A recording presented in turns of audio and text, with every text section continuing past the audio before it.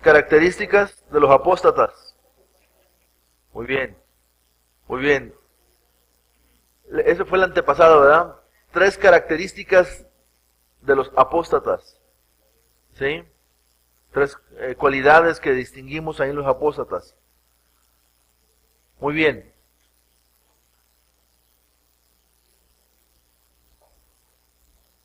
Vamos a abrir nuestras Biblias en Judas, capítulo único. Y vamos a leer hasta el versículo 11. Judas, capítulo único, hasta el versículo 11. Dice la palabra de Dios: Judas, siervo de Jesucristo y hermano de Jacobo, a los llamados santificados en Dios Padre y guardados en Jesucristo, misericordia y paz y amor os sean multiplicados.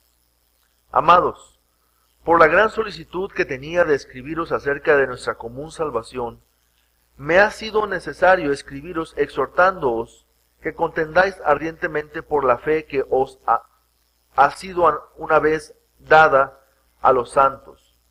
Porque algunos hombres han entrado encubiertamente, los que desde antes habían sido destinados para esta condenación, hombres impíos, que convierten en libertinaje la gracia de nuestro Dios, y niegan a Dios, el único soberano, y a nuestro Señor Jesucristo.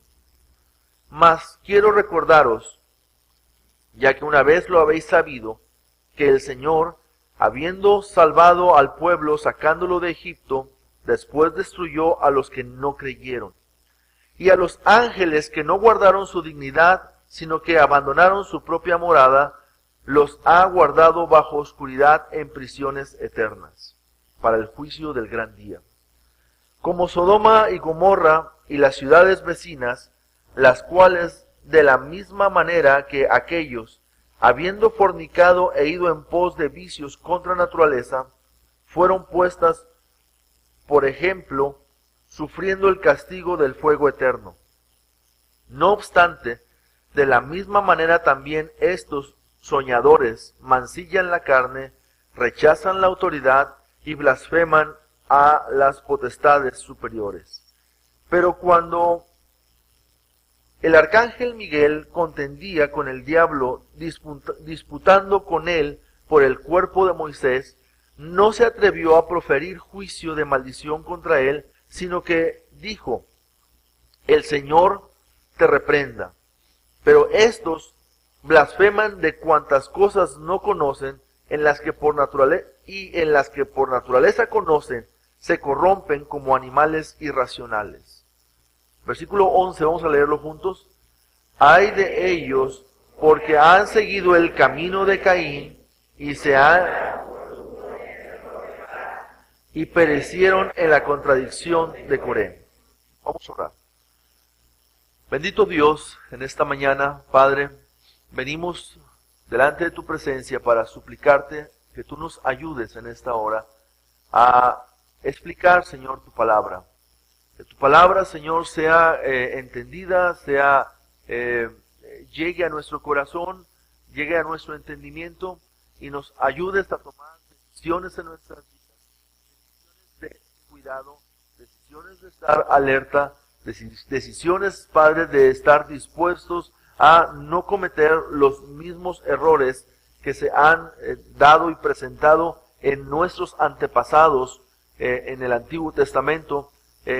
Ayúdanos, Señor, a tener claras y presentes las características de la apostasía o de los apóstatas, Padre, para que cuando veamos alguna de estas cosas brotar, Señor, en nuestras vidas o en la vida de alguno de los miembros de la iglesia, podamos, Señor, corregir lo más pronto posible esto para que tu iglesia pueda, de una manera santa, de una manera sana, poder perseverar hasta el tiempo de la venida de nuestro Señor Jesucristo y poder presentarnos un día, Señor, delante de ti, delante del Señor Jesús, como una iglesia gloriosa que no tiene mancha ni arruga ni cosa semejante.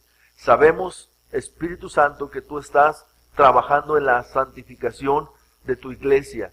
Pero también, Señor, entendemos que cada uno de estos apóstatas en su momento también tuvieron la oportunidad de conocerte, pero Padre, tomaron ellos sus propias decisiones, abandonando, dejando a un lado su fe en ti y la verdad que tú les habías enseñado en su momento.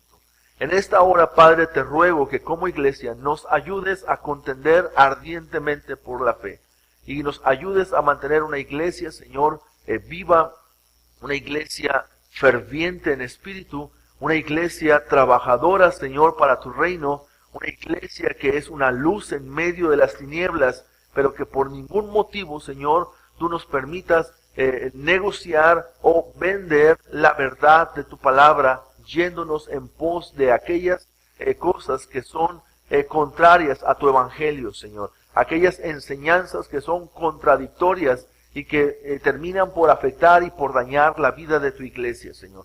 Estamos en tus manos suplicándote que esta enseñanza venga a edificar a tu iglesia y a fortalecer a tu iglesia de tal manera, Padre, que nunca, Señor, nos apartemos de la verdad, de la fe, y que podamos, Señor, toda la vida de esta iglesia, esta generación y las generaciones que vienen, Señor, posteriores, podamos, Señor, mantenernos firmes. Estamos en tus manos, Padre, en el nombre de Cristo Jesús. Amén. Muy bien, entonces vemos aquí, hermanos, en Judas, en el versículo 11, dice, hay de ellos, y en este versículo nos habla de 3 antepasados, y cuando dice hay de ellos, no está diciendo de estos antepasados, está diciendo hay de estas personas que se apartan y que a semejanza de estos que va a mencionar, ¿sí?, hacen o cometen las mismas errores. Y vemos aquí, hay de ellos porque han seguido el camino de Caín. ¿Recuerda a Caín en la historia? El error de Balaam. ¿Sí? ¿Recuerda a Balaam en la historia? A lo mejor Caín es un poquito más conocido, ¿verdad? Y todos recuerdan a Caín por lo que hizo con su hermano. Balaam, algunos que han leído ya varias veces el Antiguo Testamento, pueden tener presente a Balaam, ¿verdad? Y también a Coré. Estos 3 personajes, hermanos, no eran ateos. Tengamos bien claro esto. Estos personajes no eran ateos. Era gente que tenía una relación de alguna manera con Dios y tenía conocimiento de Dios. Pero ellos tomaron sus propias decisiones. ¿Sí? Entonces, es importante entender este caso, porque cuando vemos Judas, a veces lo vemos como algo distante. Lo vemos como que, bueno, eso le pasó a ellos, pero a nosotros es difícil que nos suceda. Lo vemos, no, pues es que eso le pasó a Caín, pero yo no soy como Caín. Eso le pasó a Balaam, pero yo no soy como Balaam. Eso hizo Coré, pero yo nunca haría lo que hizo Coré. Y hermanos, no es cierto. Porque a lo mejor exactamente lo que hizo Coré no lo haría. Pero el principio de lo que sucedió se repite muchas veces. El principio de lo que sucedió con Caín se repite muchas veces. Sí, porque el enemigo usa las mismas estrategias para desviar el entendimiento y el conocimiento de la verdad en la iglesia. Él es muy sutil y tiene sus maneras de entrar dentro de la iglesia y afectar a la iglesia. Entonces, vemos aquí, hermanos, el camino de Caín. Vamos a Génesis capítulo 4. Génesis capítulo 4.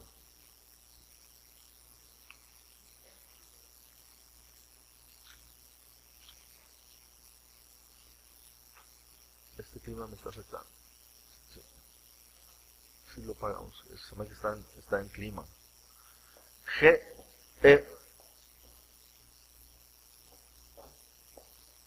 Génesis capítulo 4.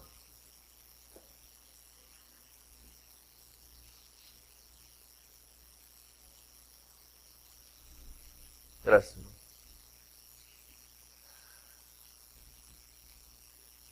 Versículo 1. Conoció Adán a su mujer Eva, la cual concibió y dio a luz a Caín, y dijo, por voluntad de Jehová he adquirido varón. Después dio a luz a su hermano Abel, y Abel fue pastor de ovejas, y Caín fue labrador de la tierra. Y aconteció, andando el tiempo, que Caín trajo del fruto de la tierra una ofrenda a Jehová. Y Abel trajo también de los primogénitos de sus ovejas, de lo más gordo de ellas, y miró Jehová con agrado a Abel y a su ofrenda, pero no miró con agrado a Caín y la ofrenda suya, y se ensañó Caín en gran manera, y decayó su semblante. Entonces Jehová dijo a Caín, ¿por qué te has ensañado y por qué ha decaído tu semblante? Si bien hiciereis, ¿no serás enaltecido? Y si no hicieres bien, el pecado está a la puerta. Con todo esto, a ti será su deseo, y tú te enseñorearás de él. Y dijo Caín a su hermano Abel, salgamos al campo. Y aconteció que estando ellos en el campo, Caín se levantó contra su hermano Abel y lo mató. Y Jehová dijo a Caín, ¿dónde está Abel tu hermano? Y él respondió, no sé, ¿soy yo acaso guarda de mi hermano? Y él le dijo, ¿qué has hecho? La voz de la sangre de tu hermano clama a mí desde la tierra. Ahora pues, maldito seas tú de la tierra, que abrió su boca para recibir de tu mano la sangre de tu hermano. Cuando labres la tierra, no te volverá a dar su fuerza. Errante y extranjero serás en la tierra. Y dijo Caín a Jehová, grande es mi castigo para ser soportado. He aquí, me echas hoy de la tierra, y de tu presencia me esconderé, y seré errante y extranjero en la tierra, y sucederá que cualquiera que me hallare, me matará. Y le respondió Jehová, ciertamente cualquiera que matare a Caín, 7 veces será castigado. Entonces Jehová puso señal en Caín, para que no lo matase cualquiera que le hallara. Salió pues Caín de delante de Jehová, y habitó en la tierra de Nod, al oriente de Edén. Y conoció Caín, bueno, hasta ahí. ¿Sí? Vemos aquí, hermanos,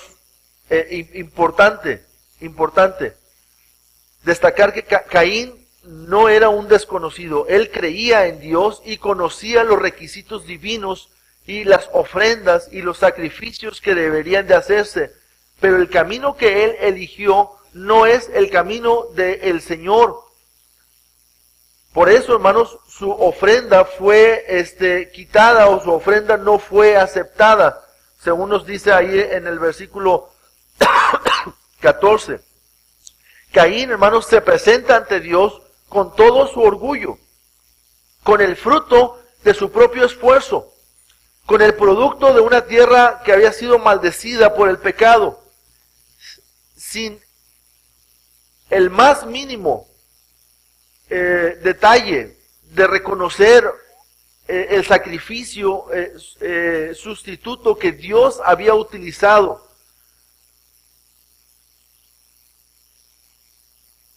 Nosotros podemos ver, hermanos, también muchas veces en la vida de la iglesia que nosotros, hermanos, a semejanza de Caín, también queremos hacer la obra, o queremos nosotros presentarnos delante de Dios con el fruto de nuestro propio esfuerzo. Caín, hermanos, él se presentó, gracias, hermano. Caín se presentó, hermanos, no con la ofrenda que era agradable delante de Dios. Ahora, no solamente está, no solamente está la ofrenda, sino que vemos en el Nuevo Testamento que la ofrenda de Caín no fue aceptada porque su corazón no era bueno. El corazón de Caín no era agradable, no había sido agradable delante de Dios. Pero el resultado de un corazón que no era agradable es precisamente que él quiso presentarse delante de Dios con el fruto de su esfuerzo. Ahora, usted dirá, bueno, nosotros no nos presentamos hoy en día con ofrendas en especie, ¿verdad? Hoy nosotros traemos, nuestras ofrendas delante de Dios son económicas, traemos el recurso económico, nada menos en el ejercicio que hicimos ahorita de los regalos, ponernos en el detalle de buscar qué tipo de regalos, decidimos mejor presentar una ofrenda económica, lo cual en la iglesia muchas veces así lo hacemos también. No se trataba, hermanos, exactamente de que si los billetes eran de una nominación o de otra nominación. No se trata de eso. Se trata de el corazón con el que fue presentada esa ofrenda. Ahora, la ofrenda de Abel, hermanos, hablaba de un cordero que fue presentado. Nosotros habíamos visto, previo a esto, que el cuadro que Dios había mostrado para la limpieza de la vida pecaminosa o para la caída del pecado, era precisamente que el Señor sacrificó unos corderos o unas ovejas y con las pieles de ellos estaba cubriendo la desnudez de la vergüenza del pecado en la vida de ellos. Entonces, de alguna manera, la ofrenda de Abel está representando, hermanos, el reconocimiento de esa cordero o de esa oveja sustitutoria, de ese sacrificio que tomó nuestro lugar en la cruz. Quiero explicarme bien al respecto. Hermanos, en la iglesia o en nuestra vida, en nuestra relación con Dios, a Dios usted nunca lo va a impresionar con el resultado de su propio esfuerzo. No hay nada en el esfuerzo humano que pueda ser realmente agradable delante de Dios. Lo que nosotros, cada uno, necesitamos hacer es reconocer la obra de Jesucristo y sumergirnos y respaldarnos y ponernos, escondernos en la obra de Jesucristo, porque la obra de Jesucristo es el sacrificio perfecto que realmente puede justificarnos y puede ser agradable delante de Dios. Entonces, hermanos, yo no le estoy diciendo que usted no haga ningún esfuerzo, porque ese es el otro extremo en el que muchas veces se cae. Y para mí eso es pervertir la gracia de nuestro Dios. ¿Sí? No le estoy diciendo que usted no haga ningún esfuerzo, sino que se refugie en el esfuerzo de la obra de nuestro Señor Jesucristo y entonces haga con sacrificio y con esfuerzo cualquier cosa que Dios le esté pidiendo, pero lo que lo justifica delante de Dios ha sido la obra de nuestro Señor Jesucristo. El diablo es bien astuto, hermanos, y tanto nos lleva a caer en el extremo de pensar que como ser humano tengo que dar mi mejor esfuerzo, mi máximo esfuerzo en todo lo que hago, porque eso es lo que me va a justificar delante de Dios. Ese es un extremo, como también el otro extremo de pensar de que, bueno, entonces no hago nada absolutamente, porque toda la obra ya fue hecha por el Señor Jesucristo, entonces yo no tengo la necesidad de hacer absolutamente nada. Para efectos de nuestra justificación, no, la obra de Jesucristo ha sido suficiente. Pero una vez que yo he sido salvo, toda mi vida es una ofrenda al Señor. Una vez que yo he sido redimido, he sido comprado por precio por la obra de Jesucristo. Y entonces mi vida la ofrendo al Señor. ¿De qué manera? No, hermanos, no solamente en una devoción íntima, sino en un esfuerzo y en un sacrificio a nuestro Señor. No sé si me estoy explicando. Los dos presentaron una ofrenda. Usted y yo nos presentamos delante de Dios como una ofrenda. ¿Quién justifica? ¿Quién es el que nos justifica delante de Dios? La obra de Cristo Jesús. Hermanos, lo que usted hace en la iglesia, en este mundo como hijo de Dios y como miembro de la iglesia, ¿está respaldado por la gracia de Jesucristo o solamente está avalado por sus propios esfuerzos? A eso me refiero. Por la gracia de Dios, yo hago lo que hago. por la gracia de Dios, usted debe de hacer lo que usted hace. Para que la gloria de todo lo que usted hace sea para nuestro Dios. Y aquí, hermanos, es donde el diablo toma partido. Porque entonces es donde la gente tiende a irse a los extremos. Al extremo de decir, bueno, pues entonces, si todo es obra del Señor Jesucristo, pues vámonos a la casa, ¿qué estamos haciendo aquí? ¿Verdad? Vámonos de paseo, vamos a hacer esto y vamos a hacer lo otro, que al cabo, pues la obra de Jesucristo ahí está. Sí, pero el Señor nos enseña, hermanos, y podemos verlo en la vida de los apóstoles, en la vida de la iglesia del primer siglo. ¿Sí? Que era una iglesia, hermanos, que estaba sirviendo al Señor. Yo creo que el reconocer la gracia de Dios nos lleva a entregarnos de una manera más sacrificada como lo hicieron los apóstoles. ¿Usted sabe cuál fue la clave, hermanos, de la obra de la iglesia del primer siglo? Sacrificio.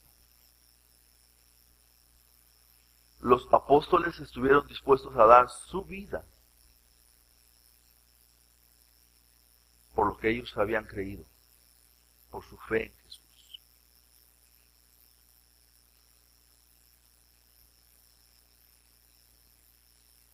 Una iglesia que trabaja en la carne cae en la soberbia, en la altivez, de pensar que todo lo que se hace ha sido por nuestros propios méritos. Pero una iglesia que abusa de la gracia es una iglesia que termina sola y sin nada, porque están esperando de alguna manera a ver si los ángeles bajan a la tierra a hacer el trabajo que tenemos que hacer la iglesia. ¿Qué tengo que entender? Que yo tengo que presentar una ofrenda, pero es la obra del Señor Jesucristo en mi vida la que la va a hacer. Pero yo me tengo que presentar. Yo tengo que hacer. Yo tengo que estar ahí. ¿Y quién es el que me va a usar? El Espíritu de Dios que mora en mi vida. Es el que me dará poder. ¿Para qué? Para que la obra de Dios se haga. ¿Cómo es que el apóstol Pablo entonces hacía? ¿Cómo es que él viajaba? ¿Cómo es que él renunció a muchas cosas? Ese fue su sacrificio. ¿En qué sentido lo renunció? En Cristo Jesús. En la gracia, en la obra de Dios. Caín, hermanos, sabía lo que Dios quería. Y ese fue su pecado. No lo quiso hacer. Y a esto se le conoce como el camino de Caín. Es el camino de su propio esfuerzo, de su propia capacidad, de sus propias obras, dejando de lado el sacrificio expiatorio de nuestro Señor Jesucristo. Cuando el hombre ha conocido el sacrificio expiatorio de Cristo Jesús, es decir, el perdón de nuestros pecados tomando Él mi lugar, deja de lado, hermanos, la obra redentora para sustituirla por sus méritos propios. Está siguiendo así de esta manera el camino de Caín, tomando su misma postura ante Dios. Está rechazando, hermanos, la obra de Cristo Jesús y está confiando en sus propias fuerzas. Es el camino de Caín. ¿Cómo es que usted y yo tenemos que vivir nuestra vida cristiana? Hermanos, en Cristo Jesús. ¿Cómo se hace para vivir una vida cristiana en Cristo Jesús? Pues en una relación con Él. Estamos en su palabra, estamos en la oración, estamos en una dependencia de la obra del Espíritu en nuestras vidas y presentamos nuestras vidas en un sacrificio vivo para que el Señor transforme nuestro sentimiento, la voluntad de Dios agradable y perfecta en nuestras vidas todos los días. Cada instante, hermanos, estar comprobando la voluntad de Dios en nuestras vidas.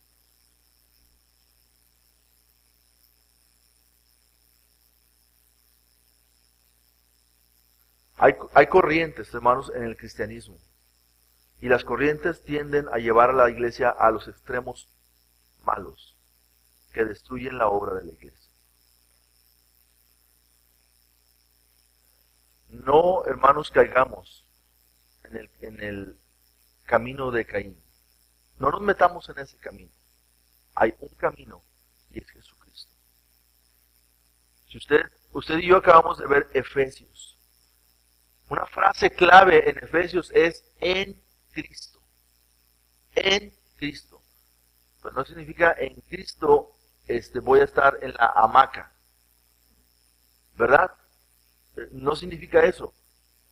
Es voy a servirle al Señor en Cristo. No son mis fuerzas, son las de Él que actúan en mi vida, pero actúan.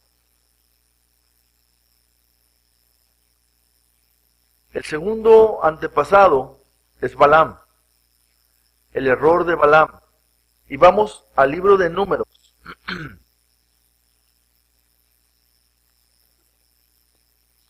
Capítulo 22.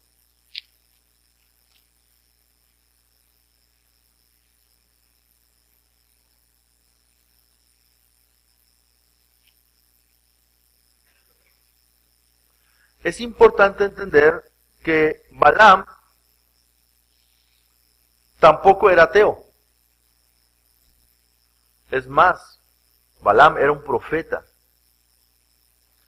Ser un profeta de Dios en el Antiguo Testamento significaba que el Espíritu Santo venía a él y la palabra que él hablaba era palabra de Dios. Y el profeta no podía hablar otra palabra que no fuera lo que Dios dijera. Y Balaam lo dice en la historia, que él no podía decir lo que Dios no dijera. La clave de un verdadero profeta del Antiguo Testamento era que lo que él decía era lo que Dios había dicho y como prueba es que se cumplía lo que Dios había dicho.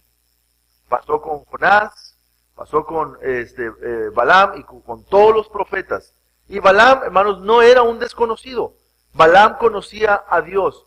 El problema, hermanos, está aquí cuando entran los intereses personales por encima de los intereses de Dios.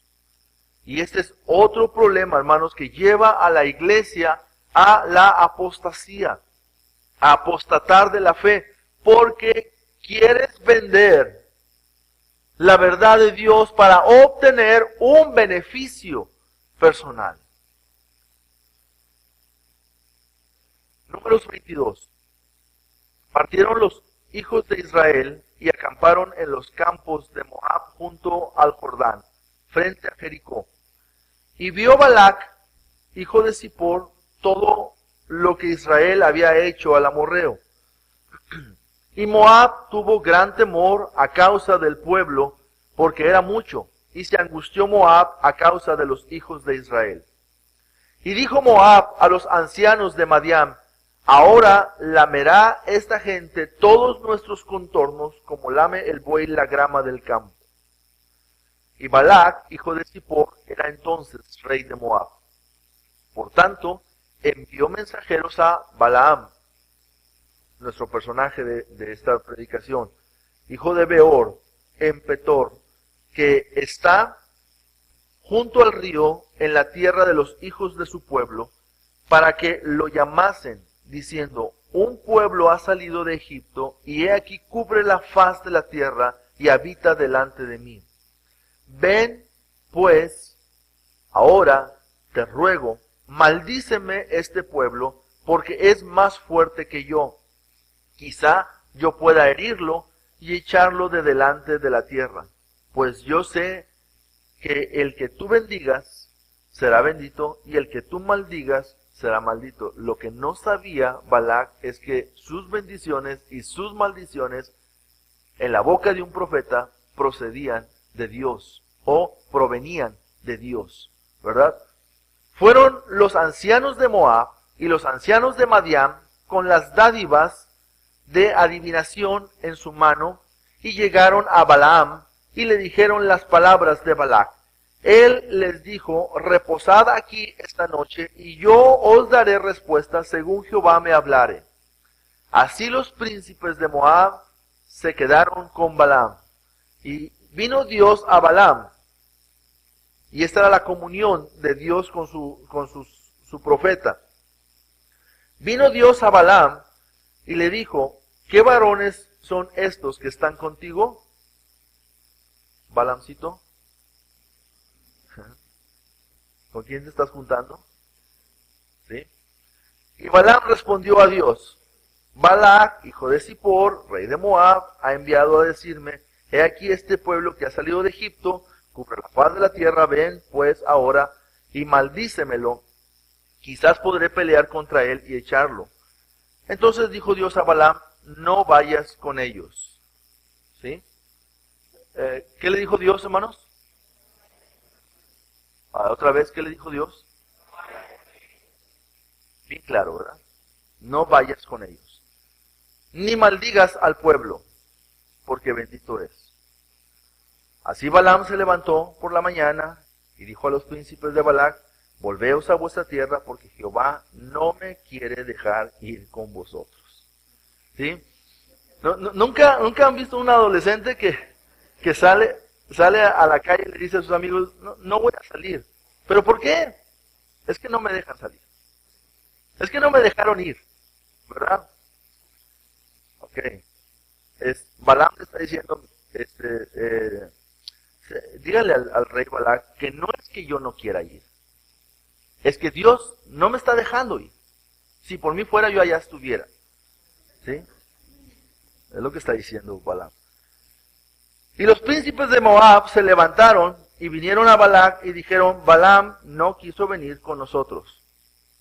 Volvió Balac a enviar otra vez más príncipes y más honorables que los otros, los cuales vinieron a Balaam y le dijeron, así dice Balac, hijo de Zippor, te ruego que no dejes de venir a mí, porque sin duda, ¿qué dice? Te honraré mucho. O sea, ya va a ser Navidad, tengo muchos regalos para ti. Y haré todo lo que me digas. Ven pues ahora, maldíceme a este pueblo.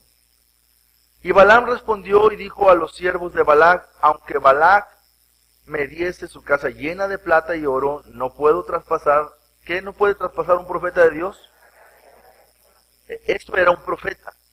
Un profeta no podía traspasar la palabra de Jehová, mi Dios, para hacer cosa chica ni grande. Os ruego, por tanto, ahora que reposéis aquí esta noche, para que yo sepa qué me vuelve a decir Jehová. O sea, espérenme tantito, déjenme ver, porque a lo mejor el Señor se equivocó la primera vez que no me dejó venir con ustedes, y en esta ocasión Él va a recapacitar acerca de su error, y ahora sí me va a dar chance de ir con ustedes. Hagan de cuenta qué es lo que está haciendo este Balaam. Y vino Dios a Balaam de noche y le dijo, si vinieron para llamarte estos hombres, levántate y vete con ellos, pero harás lo que yo te diga. ¿Alguna vez, jóvenes, su papá les ha dicho, después de que ustedes han insistido mucho, bueno, ándale, ve? Que ha estado ahí el joven, ándale, déjame ir. No, no te quiero dejar ir. Ándale, es que mira, es que van a estar estos y estos otros también. No te voy a dejar ir. Y le dice, pero ándale, yo soy el único a quien no le han dado permiso. Y el papá ya bien chantajeado y todo. Bueno, ándale, ve. ¿Verdad? A veces hay papás que dicen, bueno, ve, pero lo que te pase es tu culpa, porque yo no te quería dejar ir. Se va el pobre joven así, ¿verdad? Así Balaam se levantó por la mañana y enalbardó su asna y fue con los príncipes de Moab. Y la ira de Dios se encendió porque él iba. Y el ángel de Jehová se puso en el camino por adversario suyo. Iba pues él montado sobre su asna y con él 2 criados suyos. Y el asna vio al ángel de Jehová que estaba en el camino con su espada desnuda en su mano, y se apartó el asna del camino e iba por el campo. Entonces azotó Balaam al asna para hacerla volver al camino, pero el ángel de Jehová se puso en una senda de viñas que tenía pared al lado y pared al otro. Y viendo el asna al ángel de Jehová, se pegó a la pared y apretó contra la pared el pie de Balaam, y él volvió a azotarla. Y el ángel de Jehová pasó más allá y se puso en una angostura donde no había camino para apartarse ni a derecha ni a izquierda. Y viendo el asna al ángel de Jehová, se echó debajo de Balaam, y Balaam se enojó y azotó al asna con un palo. Entonces Jehová abrió la boca al asna, la cual dijo a Balaam: ¿qué te he hecho yo, que me has azotado estas 3 veces? Y Balaam respondió al asna: porque te has burlado de mí, ojalá tuviera espada en mi mano, que ahora te mataría. Aquí lo increíble, hermanos, no es que el asna haya hablado. Lo increíble es que Balaam se haya atrevido a contestarle al asna. Nada más para que veamos hasta dónde puede llegar la necedad, hermanos. Cuando nuestro corazón se ha empedernido y cuando nuestro corazón quiere apartarse de la voluntad de Dios, no podemos entender cómo es posible que yo no vea lo que este animalito está viendo. ¿Cómo es posible que yo no pueda entender claramente desde la primera vez que Dios me dijo que no lo haga y de todas maneras lo quiera yo hacer? Entonces, hermanos, vemos aquí que la obstinación de Balaam, pobre de Balaam, hermanos, está en la historia de la Biblia, recordado por otros profetas, recordado en otros lugares, recordado por el apóstol Pablo, recordado por Judas, recordado por distintos, recordado, hermanos, como un mal personaje en la historia. ¿Y sabe por qué? Porque él quiso hacer su propia voluntad por encima de la voluntad de Dios. ¿Y cuál fue, hermanos, el error de Balaam? Es buscarle con necedad a ver por dónde. Si ustedes se imaginan, va Balaam sentado en su asna, ¿verdad? Y se pone el ángel de Jehová en medio, y entonces el asna lo que hace es que pasa por un lado, ¿verdad?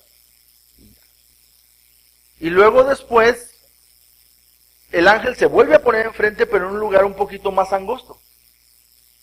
Y el asna, pues, todavía se pega más a la pared. Y luego más adelante el ángel dice: ahora sí me voy a poner en un camino donde no cabe el asna. Y entonces el asna se echa. Cuando usted realmente quiere hacer la voluntad de Dios, diga al Señor: no me dejes irme ni a la derecha ni a la izquierda, como dice ahí, de tu voluntad. No quiero hacer lo que yo quiero. Estoy de acuerdo, Señor, que hay cosas que me llaman la atención. Estoy de acuerdo que hay cosas que me gustarían, Señor. Pero si no es lo que tú quieres, yo solamente quiero hacer lo que tú quieres. ¿Dónde estuvo el error más grave de Balaam? Es que Balaam, queriendo hacer su propia voluntad, entonces él tuerce el consejo. Y dice: una forma en la que Dios realmente sí va a poder bendecir a este pueblo es que este pueblo se meta con las hijas de los hombres que no son del pueblo. Cuando el pueblo empieza a mezclarse con otras, entonces es la forma en la que Dios va a poder maldecir. Y ese fue el consejo de Balaam, el error de Balaam, el estar torciendo y dando un consejo y diciéndole a Balac: ¿quieres realmente que Dios bendiga a este pueblo? Es más, sin que yo tenga que maldecirlo, ¿quieres que Dios lo maldiga? Déjalos que se junten con las inconversas de este pueblo y vas a ver que Dios los va a maldecir. Y ese fue el consejo de Balaam. Está viendo la forma de cómo se puede hacer su propia voluntad. Así que, jóvenes y jovencitas, ustedes conocen la voluntad de Dios. ¿Saben ustedes lo que Dios piensa acerca de los matrimonios mixtos? ¿Sí o no? ¿Es claro o no es claro Dios? Cuando Dios dice que no quiere que nos juntemos en yugo desigual. No le busque. No se suba al asna y le busque por dónde puede pasar. Si Dios no quiere que pase, no se suba usted al asna y quédese mejor ahí y espere la voluntad de Dios. Espere que se haga lo que Dios quiere. Pero no solamente es el caso de los jóvenes, hermanos. Muchos de nosotros queremos hacer lo que nosotros queremos y le buscamos la manera de cómo sí hacerlo. No le busque. Sométase a la voluntad de Dios. Crea en Dios. Confíe en el poder de Dios. Confíe en que Dios, si Él se lo quiere dar, se lo dará. Y si no se lo quiere dar, usted va a estar feliz y contento con lo que Dios le da. Aprenderá a gozarse y a estar feliz con lo que el Señor le permite. Así que, hermanos, este fue el error de Balaam. La doctrina de Balaam tiene una profunda raíz, hermanos, de venganza, al no poder maldecir a Israel, ya que no pudo hacerlo caer, hermanos, porque de todas maneras Dios protegió a su pueblo. Y en tercer lugar, hermanos, vemos la contradicción de Coré. ¿Sí? ¿Cuál fue esa rebelión, esa contradicción, hermanos? Si usted fija en los ejemplos que nos presenta Judas, primeramente tenemos el caso de confiar en mis propias fuerzas o confiar en la gracia de Dios. Luego va aumentando en el grado en el que hago mi voluntad o hago la voluntad de Dios. Ya estoy en la gracia, ya estoy en el camino de Dios, pero hago mi voluntad o hago la voluntad de Dios. Y luego, en tercer lugar, es cuando ya te quieres rebelar en contra de Dios. Completamente te quieres rebelar en contra de Dios. Y es el caso de Coré. En el mismo Números, pero vamos al capítulo 16.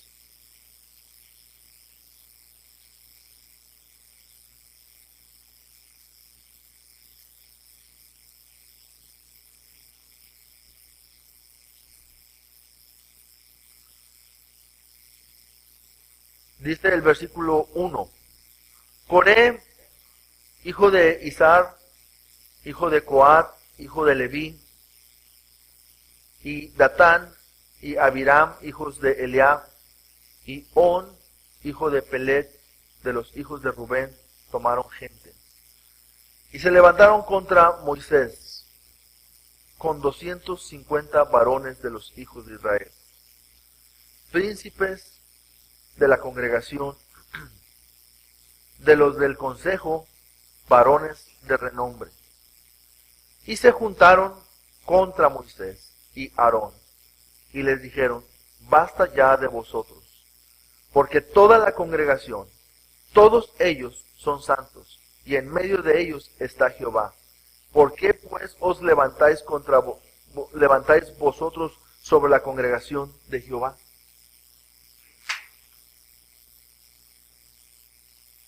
En otras palabras le dice Coré a Moisés, ¿que acaso Dios solamente puede guiar a este pueblo a través de ustedes? ¿Que el Espíritu Santo no está con todo el pueblo? Y la respuesta clara y obvia es, claro, el Espíritu de Dios estaba guiando a todo el pueblo. El Espíritu de Dios estaba al mando de todo el pueblo.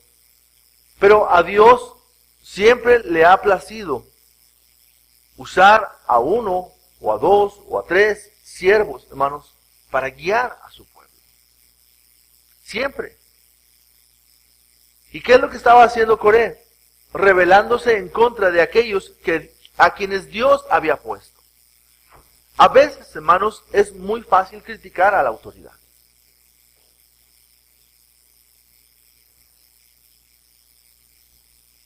A veces es muy fácil encontrar las fallas y los errores de la autoridad.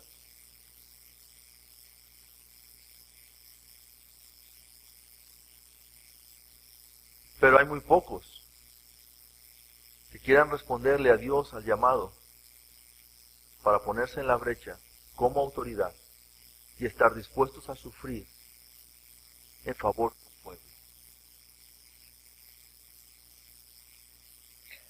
Tampoco es obra de los hombres, sigue siendo obra de Dios.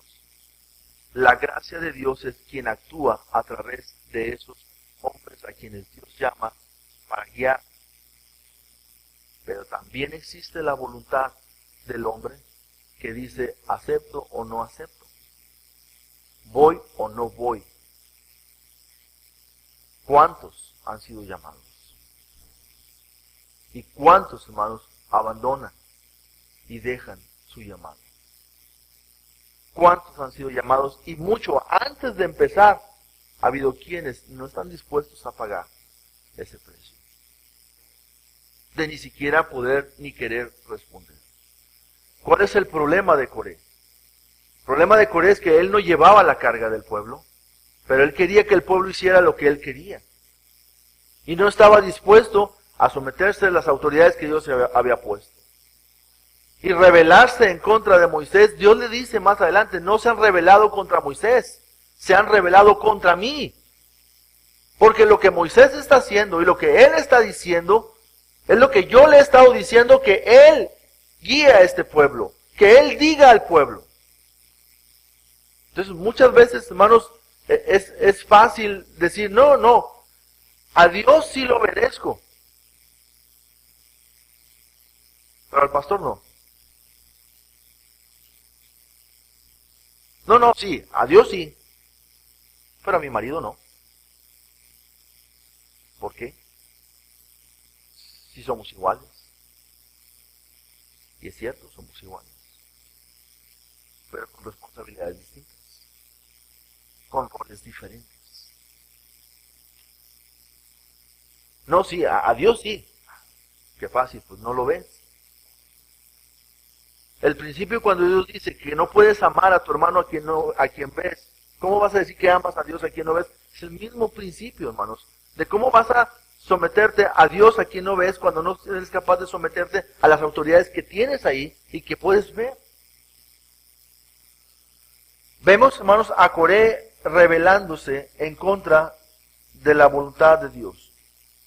Se juntaron contra Moisés y contra Aarón.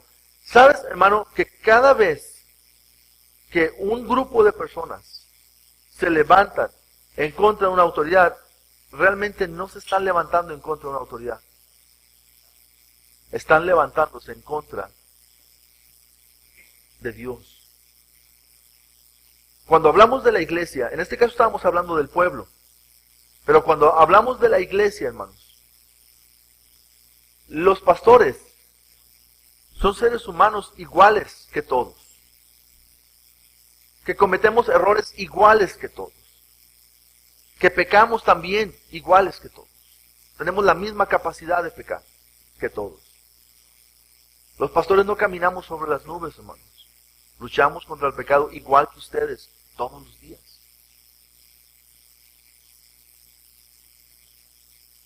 Pero hemos sido llamados por Dios para interceder, para guiar, para cuidar a la iglesia de Dios. Entonces, cuando un grupo de personas se levantan en contra de, lo que están haciendo es queriendo afectar toda la obra de Dios. Tenemos, hermanos, que entender esto. Esto es otro ejemplo, hermanos, de apostasía.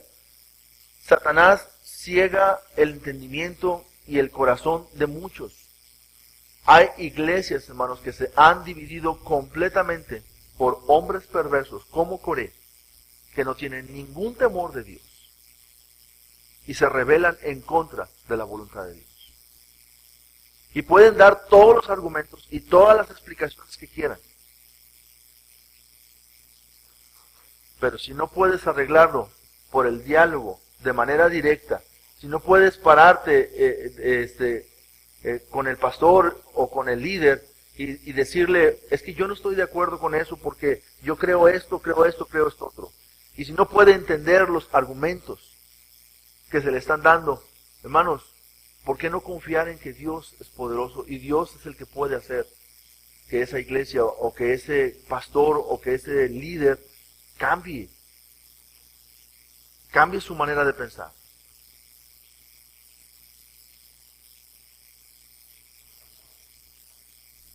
Rebelarse.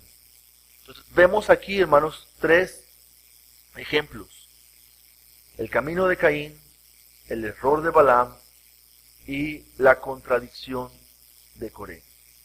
Son tres caminos.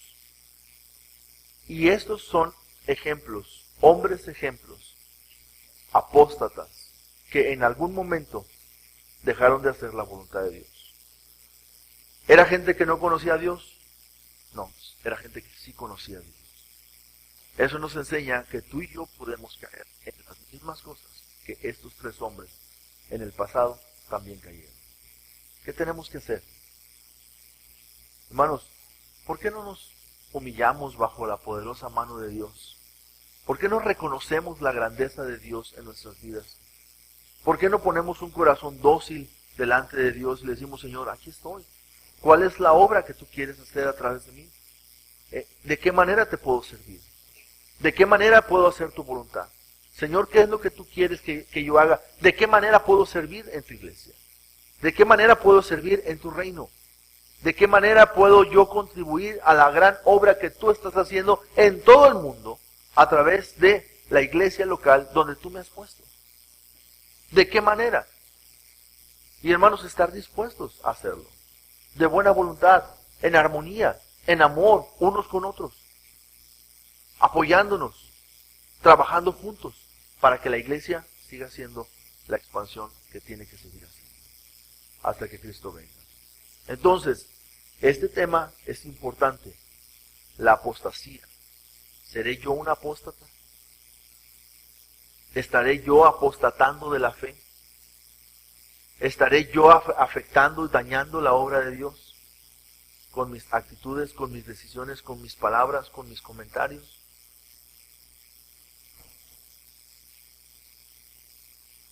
Usted sabe, usted puede cerrar su corazón y querer hacer lo que usted quiere. Cuando Caín se enojó, Dios fue con él. Caín se enojó porque Caín no estaba siendo exaltado de parte de Dios. Y Dios le dijo a Caín: si tú hicieres bien,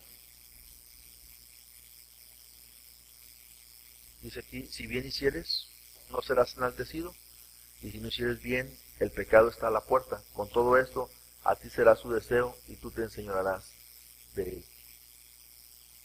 Tú sabes, Caín. Dios le dijo a Balaam: Balaam, no vayas. Y Balaam volvió a ir con Dios. Dios, ¿ahora sí quieres que vaya? ¿Querrás ahora sí que vaya, Señor?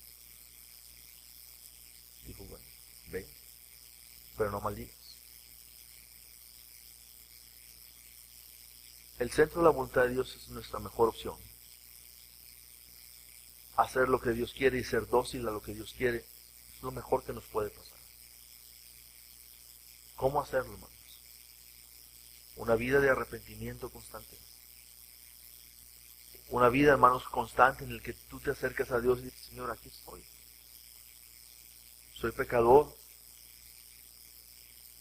Mi vida tiene una tendencia constante hacia lo que no está bien. Pero ayúdame. Que tu Espíritu Santo tome control de mi vida cada día más con base en tu palabra. Señor, que yo pueda ser usado por ti en todo lugar donde esté. Dios, si yo formo parte de una empresa, ahí en esa empresa, Dios, ayúdame a mostrar la luz de tu evangelio. Ahí en esa empresa, ayúdame a mostrar tu gracia y tu poder a través de mi vida.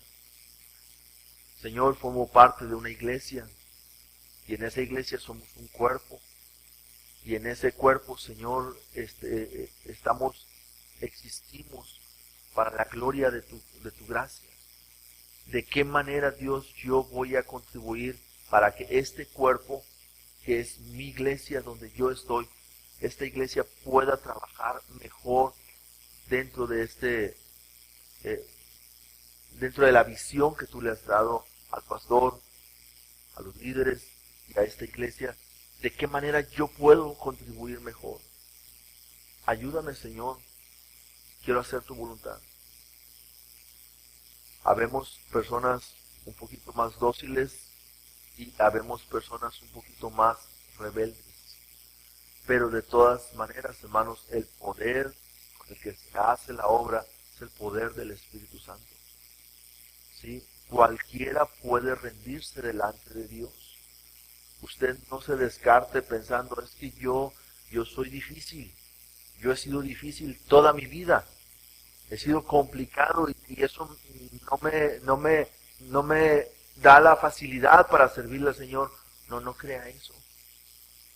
En la Biblia tenemos ejemplos de personas difíciles que en su momento sirvieron al Señor y fueron usados por Dios. Entonces, hermano, Dios puede usarte. Dios te puede usar. No importa cómo seas. Lo que es necesario es tu obediencia. Jonás era difícil. Dios lo usó. No muy a favor de Jonás, pero Jonás hizo lo que Dios tenía que hacer con Nínive. ¿Verdad? Dios puede usar a cualquiera. Dios puede usarte a ti. Esta iglesia, hermanos, necesita alcanzar a otras familias para Cristo Jesús. Vivimos, hermanos, en un mundo de tinieblas. Usted no sabe lo que le pasa al vecino que vive a un lado suyo, en su casa. Usted se mete a su casa, cierra la puerta y no se da cuenta de lo que pasa allá al lado. Pero ese vecino de al lado necesita ver la gracia de Dios y la obra de Dios en usted. Pero usted no da la oportunidad. Usted no se deja ser usado por Dios. Usted cree que venir a la iglesia el domingo, con eso usted cumple con Dios. No, es bueno venir a la iglesia el domingo y alimentarme de la palabra de Dios, pero esa no es su manera en la que usted está haciendo la voluntad de Dios. Dios tiene algo más para usted. Usted debe. ¿Sí? Entonces, hermanos, ¿qué vamos a hacer? ¿Nos rebelamos como Coré? ¿Buscamos nuestras propias ganancias como Balaam? ¿O por orgullo hacemos las cosas en nuestras propias fuerzas como Caín? ¿Qué hacemos? Mejor vamos a rendirnos a Dios. Mejor vamos a creer en Dios. Mejor vamos a someternos a Dios. Y que Dios haga su voluntad en nosotros. Amén. Padre, en esta hora, esta es tu iglesia que estamos aquí. Reconocemos que a veces las actitudes de Caín, Señor, están con nosotros. Reconocemos, Señor, que a veces las actitudes de Balaam son las mismas que hacemos nosotros también. Y reconocemos, Señor, que muchas veces nos comportamos también como Coré. Y hacemos así como Coré hizo en aquel entonces. Y todo esto daña, Señor, a tu iglesia, porque apostata, aparta, Señor, a la iglesia del camino de la fe en Cristo Jesús. Aparta a tu iglesia del camino de la verdad. Y Padre, no queremos ser así. Honestamente, no queremos ser así. Quisiéramos ser, Señor, tan obedientes a ti como lo fue nuestro Señor Jesucristo, Padre. Así quisiéramos ser.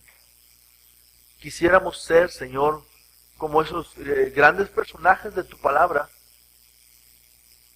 que hicieron lo bueno y agradable ante tus ojos y tú te glorificaste en ellos. Quisiéramos, Señor, impactar nuestra comunidad en nuestra época, Dios, como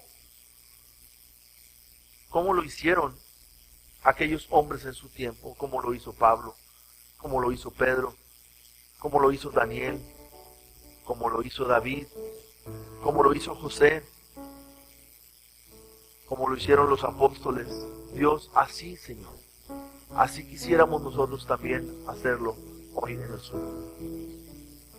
Estamos en tus manos, Padre, rogándote que tu palabra no vuelva vacía a nuestras vidas, que tu palabra nos ayude, Señor, que tu palabra, Dios, nos dé ese bálsamo para curar las heridas de los errores que nosotros mismos hemos cometido.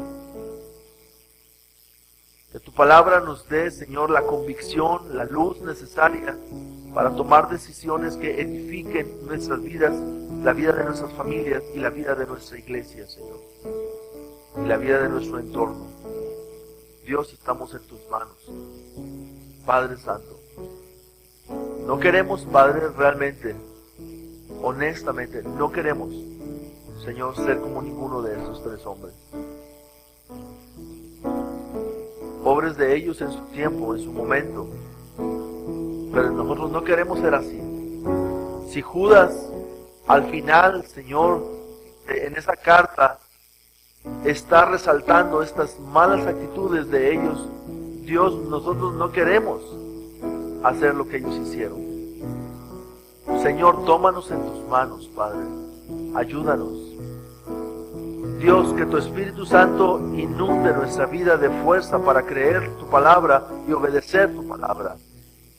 Que tu Espíritu Santo tome control de nuestras emociones y de nuestras acciones y de nuestros pensamientos y de nuestras palabras, Señor, para que todo lo que salga de nuestra boca edifique, Señor, el entorno que nos escucha. Estamos en tus manos, Padre. Bendice a tu iglesia.